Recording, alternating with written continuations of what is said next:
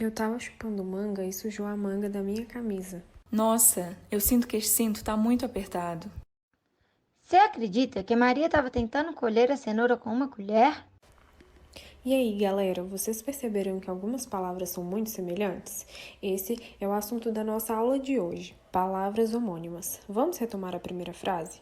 Bom, quando eu disse eu estava chupando manga e sujou a manga da minha camisa, acredito que você consegue perceber que a manga que eu estava chupando é uma fruta e que sujou uma parte da minha camisa. Mas você percebeu que falamos essas duas palavras da mesma forma, além de elas terem a mesma grafia?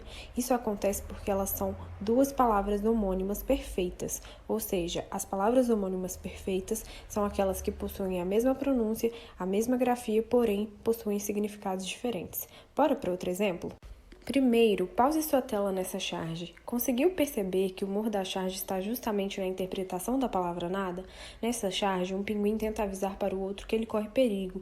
Quando um pinguim pergunta para o outro o que foi, ou seja, o que está pegando, o pinguim que está no gelo responde nada, ou seja, é para o seu colega nadar. Nada, portanto, é o verbo nadar no imperativo afirmativo, expressando um comando, ou seja, o pinguim está se referindo à ação de nadar para o amigo não ser engolido pela baleia, mas o pinguim que estava no mar entendeu que nada era uma expressão de negação, ou seja, um advérbio. E aí, você se lembra da segunda frase que foi dita por mim logo no início do vídeo? Não? Então vamos relembrar juntos? Nossa, eu sinto que este cinto tá muito apertado. Para esse vídeo agora, eu tento estabelecer alguma relação de semelhança existente dentro da frase. Conseguiu? É isso mesmo. Em uma única frase são ditas duas palavras que possuem a mesma pronúncia. A primeira palavra é o verbo sentir, que se encontra na primeira pessoa do singular, eu sinto, e é escrita com S. Já na segunda palavra, temos o substantivo cinto, que é escrito com C e que se refere àquele objeto que utilizamos para segurar a calça, ou pode até mesmo se referir a um equipamento de segurança que utilizamos dentro do carro. Enfim, essas palavras possuem a mesma pronúncia, mas grafias diferentes, e por isso são chamadas de homófonas, que vem de homo, que significa mesmo, e fono, que significa som. E que tal vermos mais um exemplo? Observe esta imagem e diz aí, o que você percebe de semelhante? É isso mesmo, a pronúncia de concerto é semelhante, ainda que a escrita seja diferente. Vamos analisar? A palavra concerto, encontrada em concerto musical, ao lado esquerdo da imagem, refere-se a uma seção musical na qual há uma harmonia de instrumentos ou vozes, ou seja, trata-se de um espetáculo no qual podemos ouvir composições musicais. Já a palavra concerto, encontrada em concerto de TVs, é um substantivo e trata-se do local onde são feitos concertos de TVs.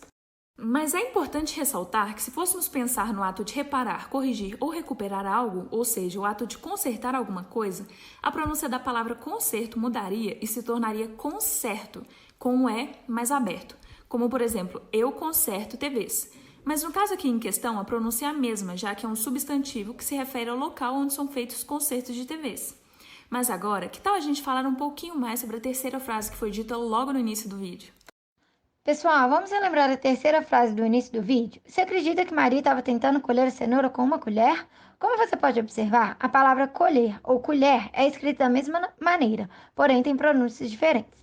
No dialeto de Belo Horizonte, é comum pronunciar essas duas palavras sendo o verbo colher, que é quando alguém retira algo que está sendo plantado, e o substantivo como colher, aquele objeto que normalmente você utiliza para tomar uma sopa, por exemplo. Dê mais uma olhada nessas duas palavras aqui. Você consegue perceber a diferença entre elas? Bom, a palavra jogo é um substantivo. Eu posso dizer que o jogo do meu time estava ótimo ou muito ruim. Já a outra palavra é um verbo, jogo. Eu posso falar que eu jogo o osso para o meu cachorro. Como disse, vem do verbo jogar conjugado na primeira pessoa. Eu jogo. Mais uma vez, a forma de escrever é a mesma e a pronúncia é diferente. Chamamos essas palavras de homônimas homógrafas. Homo quer dizer igual dito anteriormente, e grafas, grafia. Então é isso, pessoal. Hoje aprendemos sobre as palavras homônimas e vimos que há três subdivisões: as palavras homônimas perfeitas, as palavras homônimas homófonas e, por último, as palavras homônimas homógrafas. Esperamos que vocês tenham gostado dessa aula.